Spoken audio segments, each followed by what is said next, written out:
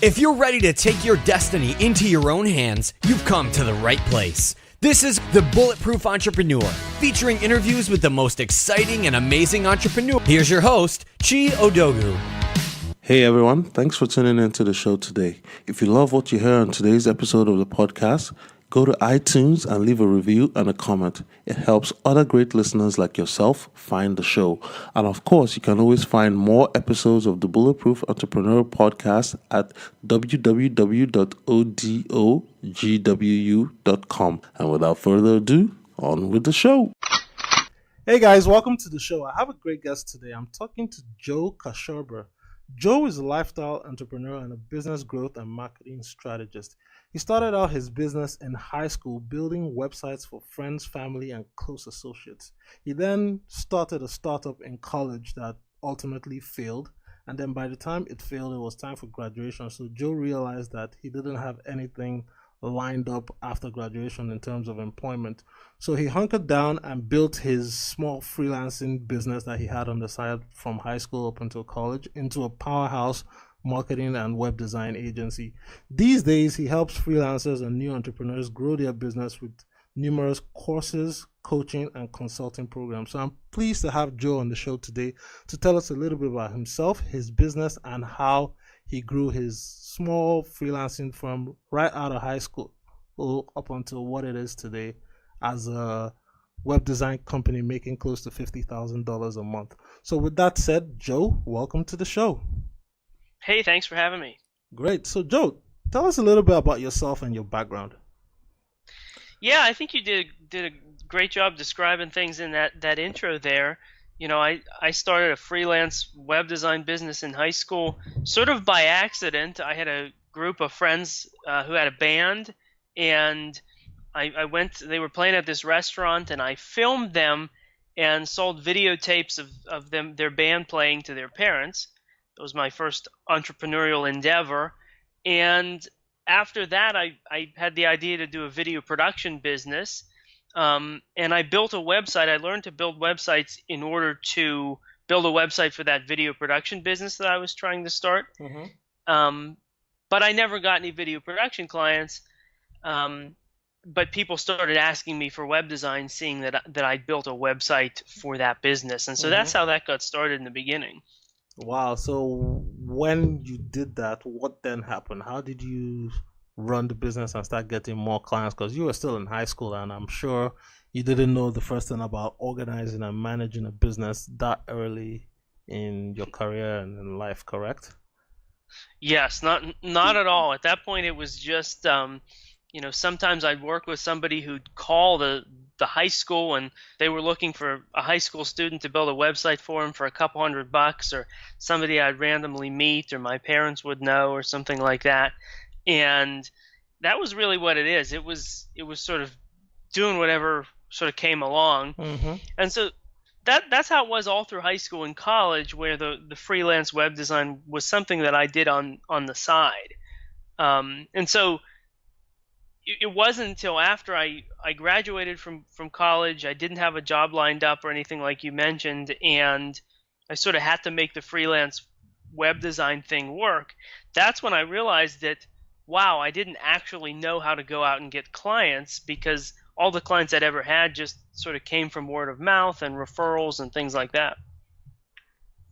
Okay, great. Now, Joe, in the research I did before, you tried to start a startup while you were in college, obviously trying to capitalize on, the trend of, starting out of school, getting a nice tech company going, and then, maybe raising money and blowing up big. So what was the startup, and then what happened that led to the startup failing? Oh yeah, that's a really good question. Yeah, I had the sort of Bill Gates or Mark Zuckerberg kind of dream of, I was going to drop out once this thing, took off and everything. And basically, don't we all? Yes, exactly. That's the dream.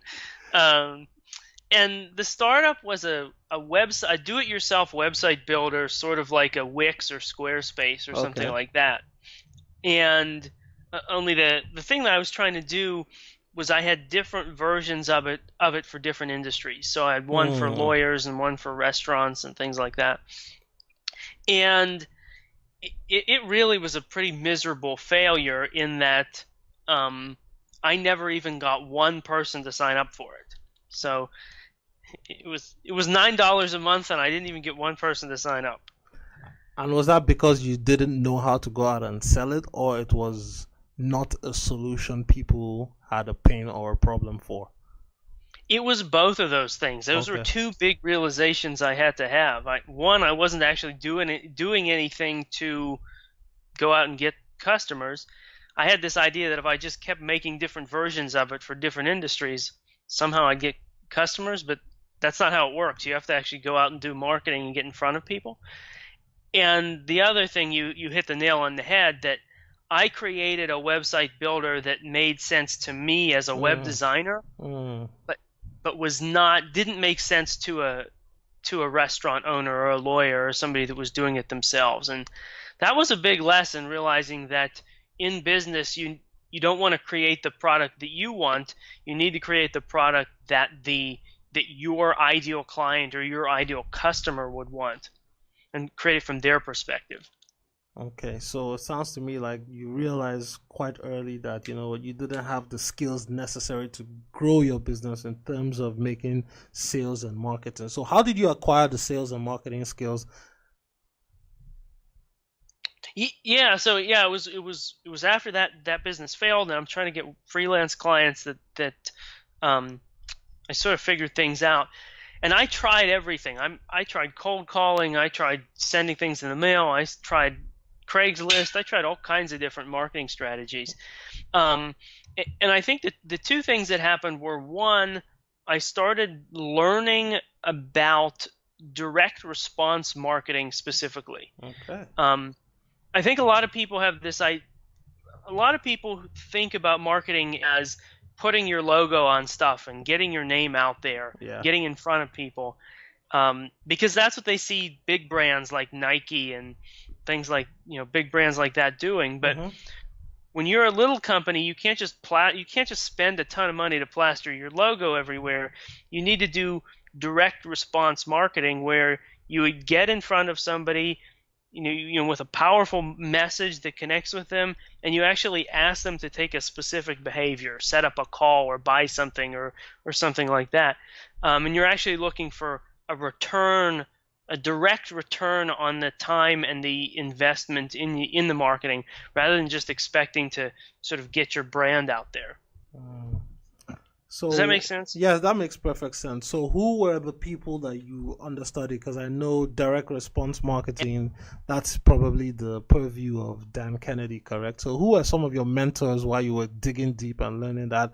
And then specifically, how did you start applying it right away to see immediate results in your business? Yeah, so the first person that I came across that really I understood this direct response marketing concept was Eben Pagan. Okay.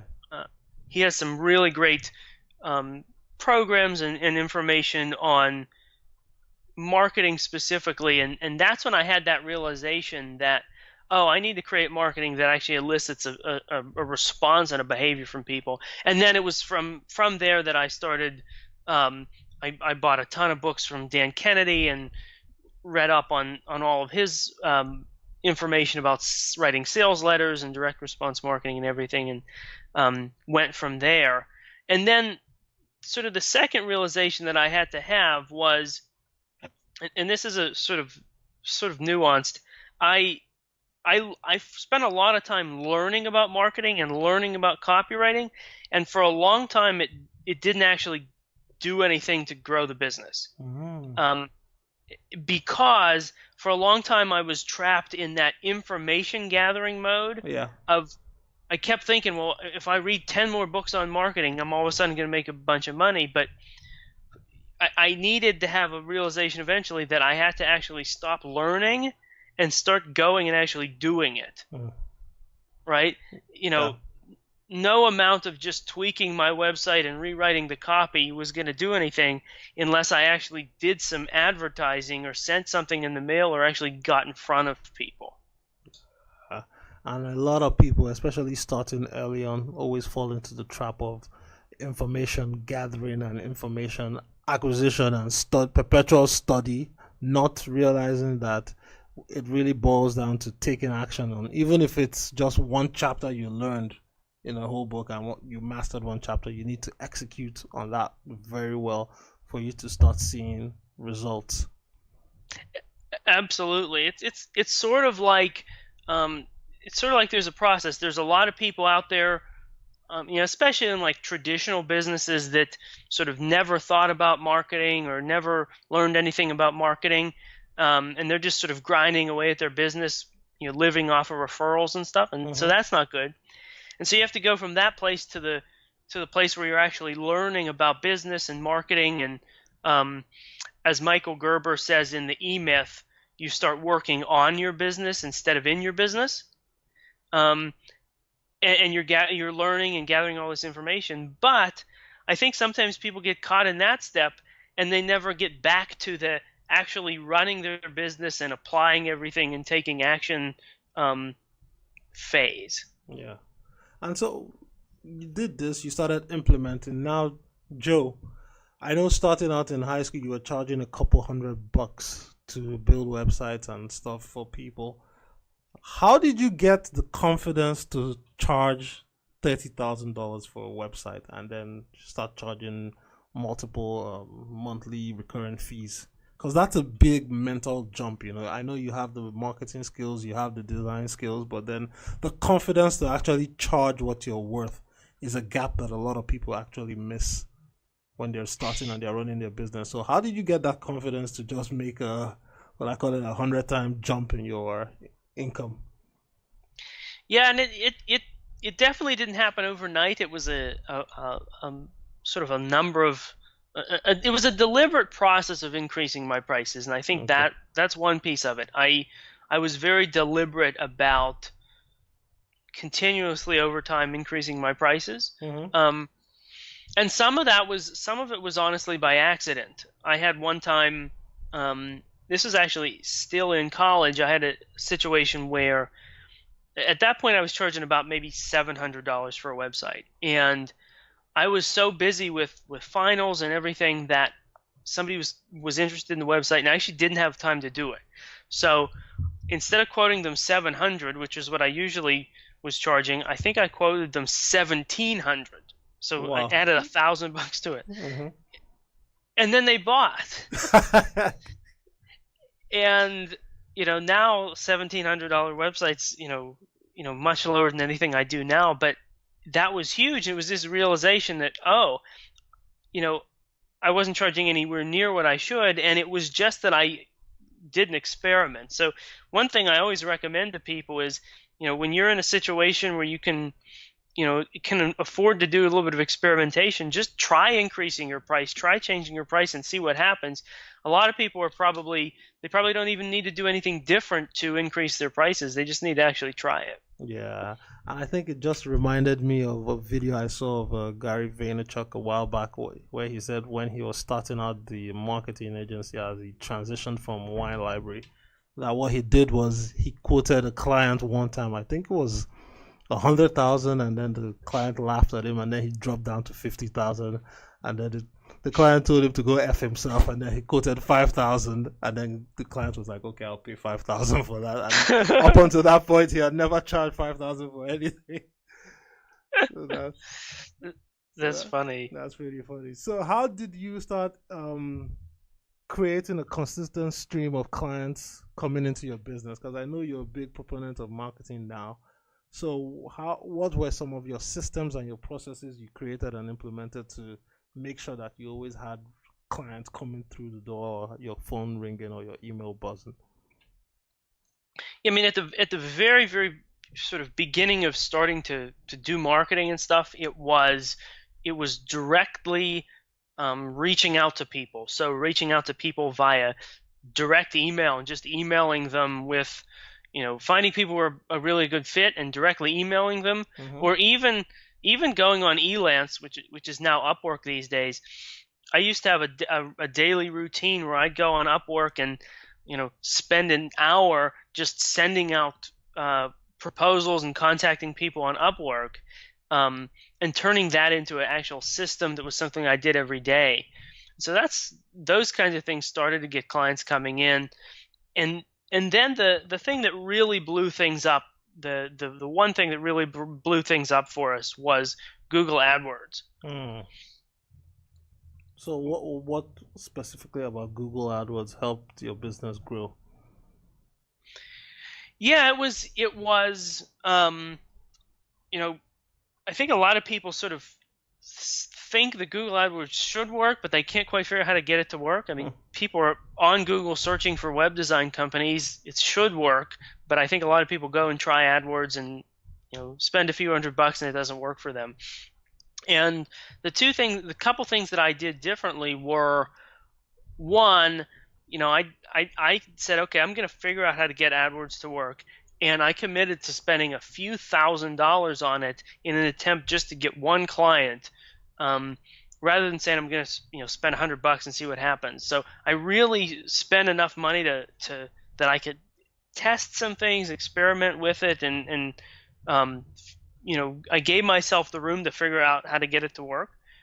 And the other thing that I did was, with traditional marketing, you're trying to get people, you're trying to make your ads as appealing as possible so people click on them and people are interested in them. I took the sort of opposite approach and said, how can I write an ad that won't get clicked on by the people who aren't a good fit? And yeah, because with Google, with Google AdWords, you're paying every time somebody clicks on your ad. Yeah. So I said, well, what can we do to reverse things? And so one of the things that I did a whole variety of things, but one of the things that I did is I actually put my starting price right in the ad so that I would avoid clicks from all of the people that were looking for a do-it-yourself website or website for a couple $100 or something like that. Okay. So basically what you're saying is that you made sure that you were able to segment and kind of like filter out people that were not actually in the right frame of mind to purchase what you were selling. So rather than getting tire kickers that want free stuff, you just said, hey, this is my price. When you're coming to Joe, you're paying for something rather than just coming to, waste your time and get you paying Google all kinds of money just for no leads, no quality leads. Exactly. And I think the first day I launched that campaign on AdWords a number of years ago now, and that first day I got a call from a company that ended up buying a website, ended up doing, buying an ongoing search engine optimization retainer, and they're still a client today and have paid me, I don't know, probably $30,000 over a number of years for search engine optimization and the website and everything. And that was the first day I launched that campaign. So now looking at your business as things started to grow, obviously some parts of your business will be growing fast while others would probably not grow as fast as other segments of your business. So how did you go in and analyze what's working and what's not working, and then start making tweaks and changes so that you could optimize your business and your marketing for efficiency and growth? Yeah, that's a really good question. I think the one thing that happened was, most people starting their business and everything are in that situation where there's a deficit of clients, there's a deficit of business. Yeah. But as soon as you get the marketing working, that flips, and you're in a situation where time becomes the problem, and capacity becomes the problem, not getting the clients. So I had to switch and really figure out, of all of the different kinds of websites that I can build and services that I can provide and everything, what were the ones that were most profitable, and what could I actually do? And so one thing that I discovered was, at that point we were doing a lot of WordPress websites, but we were also doing a lot of custom built custom programming websites, sort of web applications and stuff, and those were some of the highest price sites that we're doing. Yeah. But they took a lot of time and a lot of my time, and were very hard to sort of get contractors and project managers and team members that could manage those sort of crazy custom projects. So we ended up starting to not take those on and eliminating those. And so now we're 100% focused on WordPress, because, I think, as you grow your business, you actually have to really keep cutting away at the different services that you offer, so that you end up with something that's scalable and very, very focused. Great. And now, Joe, people listening to this podcast and people watching all the business content that's provided out there usually hear about, the positive side, the struggle, then the growth, the struggle, the breakthrough, and then the growth. But sometimes in the whole process, we also have some negative things and challenges come up.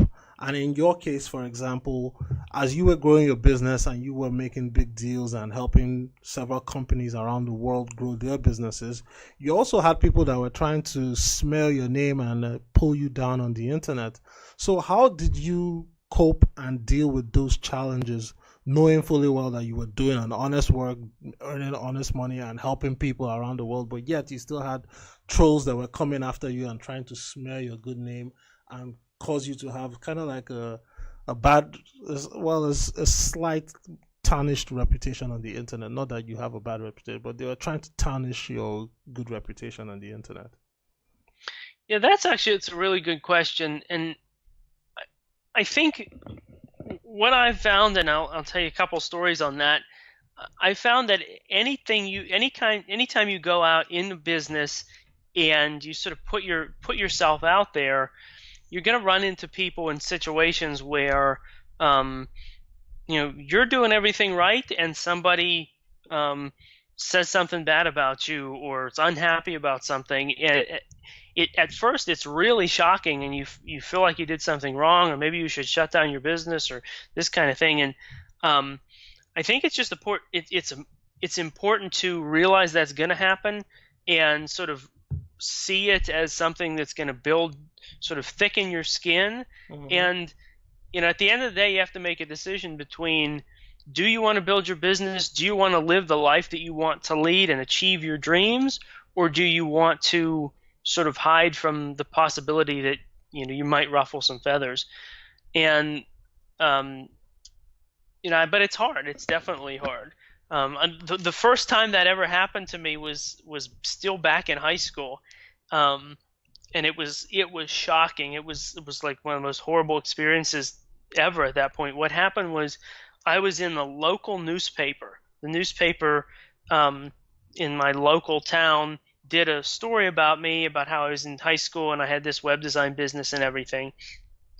And somebody had a web design business saw this article about this high school kid with a web design business, and he actually went on my website, made a list of all my clients, and started emailing them saying that I was horrible and I built horrible websites and all this stuff, and I'm this high school kid.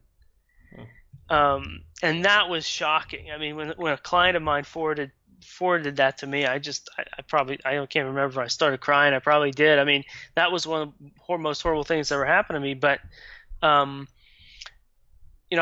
was doing good work, but I was a high school kid. I wasn't building the world-class websites, but I had to get over that and keep going, and things like that keep happening, and sort of that's life. And I think the biggest advice for people that I have is one is to realize it's going to happen and think of it as just something that's going to thicken your skin, and that you have to get through, and another challenge.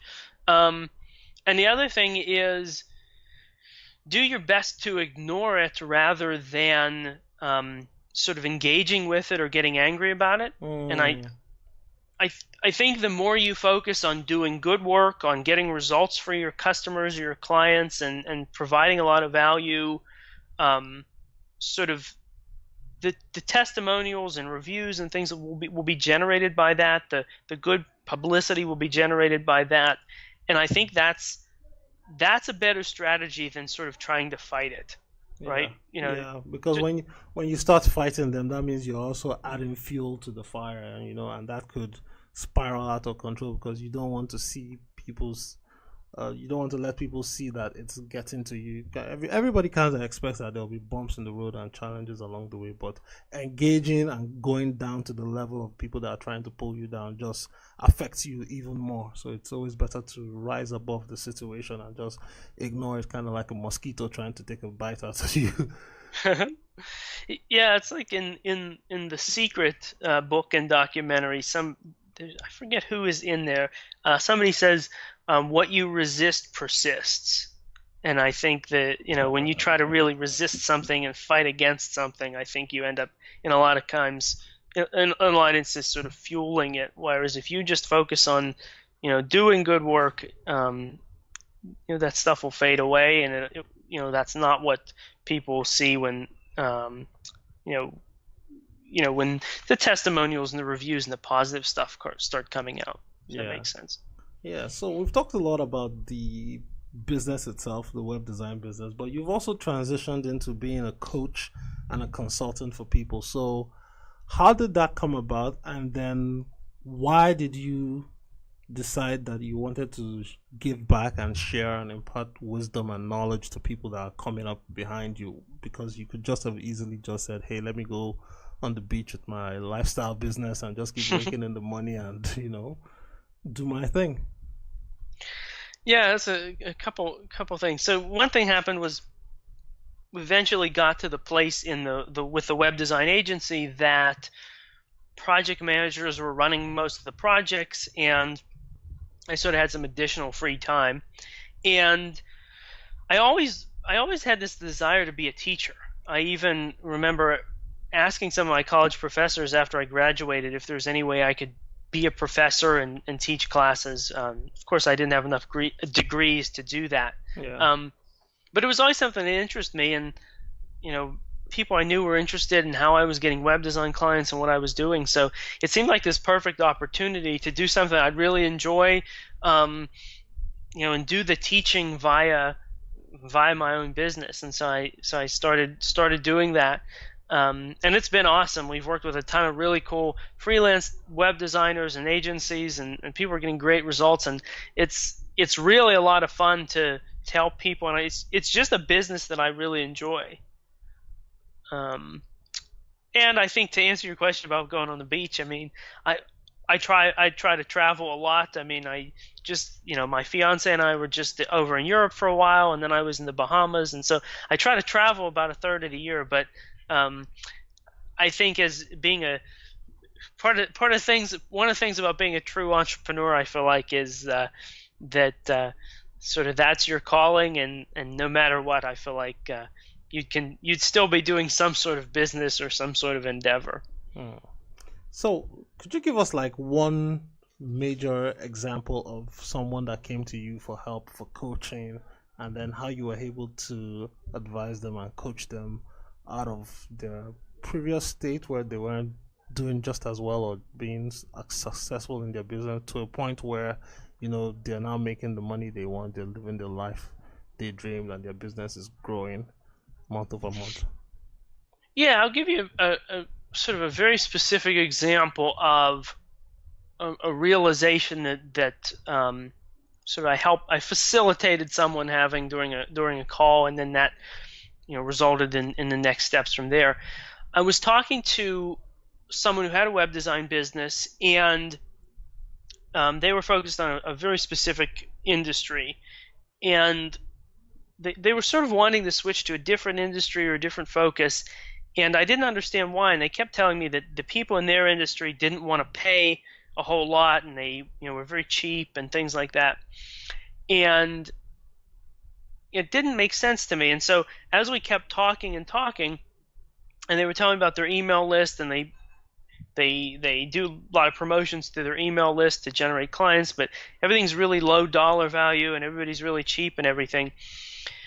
as we started talking, I identified that what was going on was that the marketing message that they had was that they were going out and advertising that they did cheap, affordable websites. And all of their promotions to their email list and everything were discounts and, call now to get a website and get $500 off and things like that. And so they had this realization that it wasn't the industry that was being cheap, it was what they were projecting out into the market. They were advertising cheap websites, they were doing discount promotions and everything. And so the people that were contacting them were the people that were interested in discounts and interested in cheap websites. And so that was a huge realization for them. So I think it's sometimes good to look, what are you projecting out, and what is the what's the marketing message that you're sending out there, and how's that affecting the kind of people that you're bringing in. And so what they did was they reformulated, we worked with them to develop a strategy that was more focused on the results they could help people get and the value they could provide rather than on the discounts. And almost immediately they doubled their prices, and I think within a few days closed the deal and were sort of off to the races with this new strategy, building websites that they were charging a lot more for, and for people that really wanted results and high quality work rather than discounts. And it started with that key realization that they needed to have. Yeah, and it's funny how people always think that you should go into a bidding war or pricing war for your service when they don't realize that if you're growing a business, product or service, that there are two ways to actually grow your business. Either focus on the price side or on the value proposition side. And if you are to give a strong and good enough value proposition, then people will pay whatever they are asked to pay because they know that they're getting the value for money. Because if you start running your prices down, I mean, you can go as far as $10 for a website. There are people across the globe that will probably take that money and do a website, but they probably wouldn't do as good enough of a job, and you don't want to be in that game.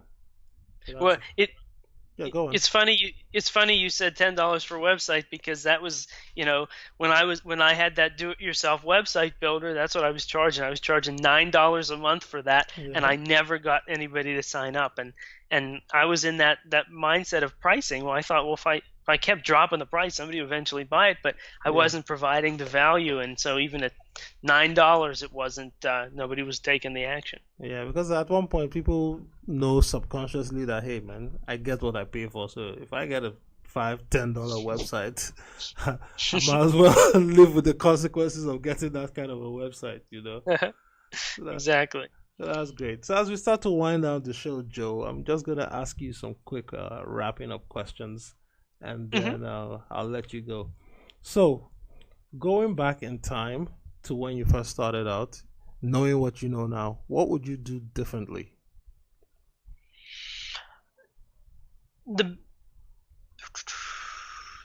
two things that I would do differently would be, one, I would from the very beginning focus on doing marketing every day and getting a marketing system in place that was working.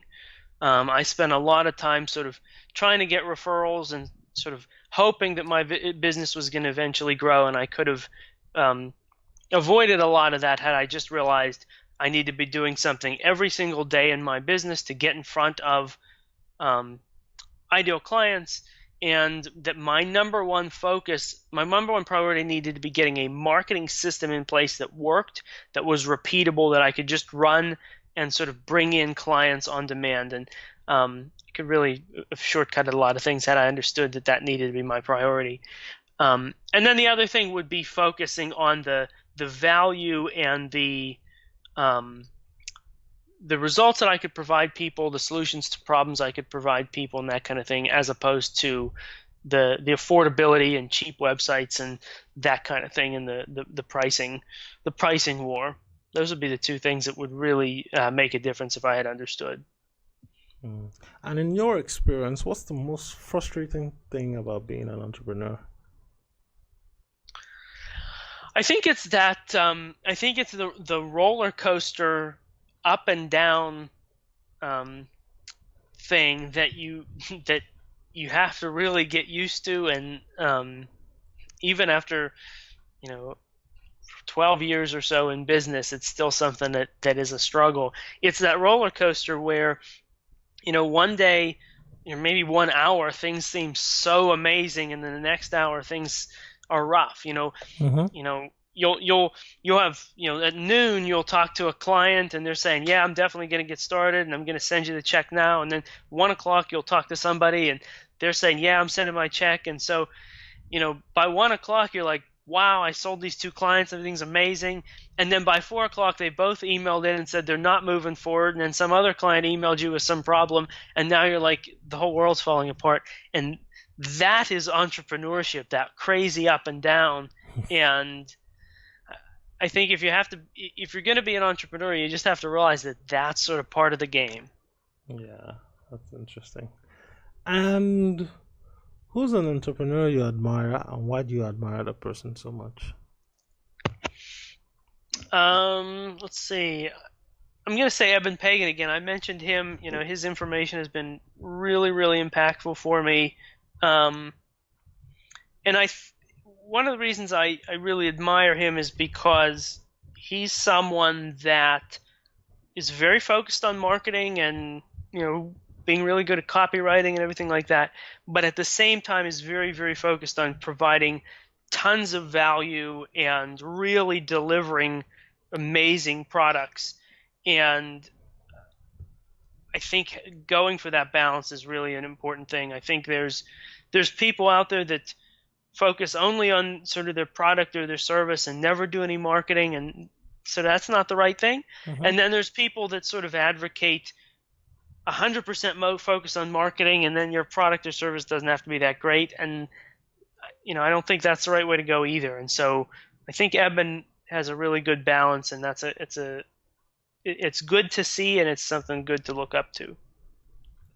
And my second to the last question is, what's the worst or most difficult job you've ever had, and what did you learn from that experience?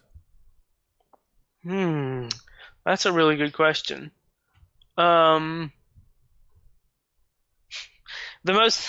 funny one, this is a funny one. When I was still in high school, one of the things I was offering was a $99 logo design service.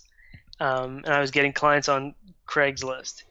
And I had somebody that they had an audio-visual kind of business that what they wanted was a logo where it was a picture of Medusa, the monster with the snakes for hair and everything. Mm-hmm. And instead of snakes for hair, they wanted all these audio-visual cords like coaxial cables and parallel cables and stuff like that coming out of her head. So I spent weeks, maybe even months, drawing this and photoshopping these. Hello?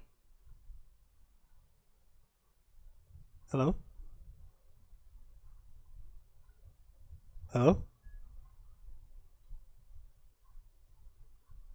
Ended up paying me. Wow. They didn't pay? It was just a bad experience. It was a crazy project, and they never ended up paying me. And I think the thing I learned from that was simply that I should take some of the money in advance rather than saying, only pay. And so it was one of my first lessons. But I guess I learned from trying to create this crazy logo. But it was just an interesting story. Yeah. And my last question is, for people that are looking to start a business or a venture similar to what you did when you first started out, what's your advice to them, especially people that are just graduating a couple months back, or people looking to transition from their job into starting their own thing? What would you tell them? I think I would tell them the thing I always say for somebody who wants to get into entrepreneurship is that you just need to get started. Don't wait for that perfect, Facebook, YouTube, level crazy business idea nobody's ever heard of. Just get into business, even if it's doing freelance work, even if it's doing whatever it is, just to get into business and start learning about it, because you're going to learn so much actually sort of being in the game that you just want to get started. Great. And with that said, my friend, we've reached the end of the show. I really want to thank you for coming to share your words of wisdom. So before I let you go, where can people find you and learn more about what you're doing? Absolutely. So on the web design digital agency side, you can go to kashurbawebdesign.com. And on the coaching and information side, if you're a freelancer or an agency owner looking to grow your business, you can go to joekashurba.com and learn more that way. And what about your coaching and consulting program? Is there a different website or Joe Kashurba? That's the Joe Kashurba website, and we have about an hour and a half webinar that we do periodically, and you can sign up for that and get a lot of free value out of that, and go from there. Oh, okay, great. And with that, and I'll link to everything you've just mentioned in the show notes. So with that said, my friend, thanks for coming on the show, and I really appreciate you taking the time to share your words of wisdom with the audience.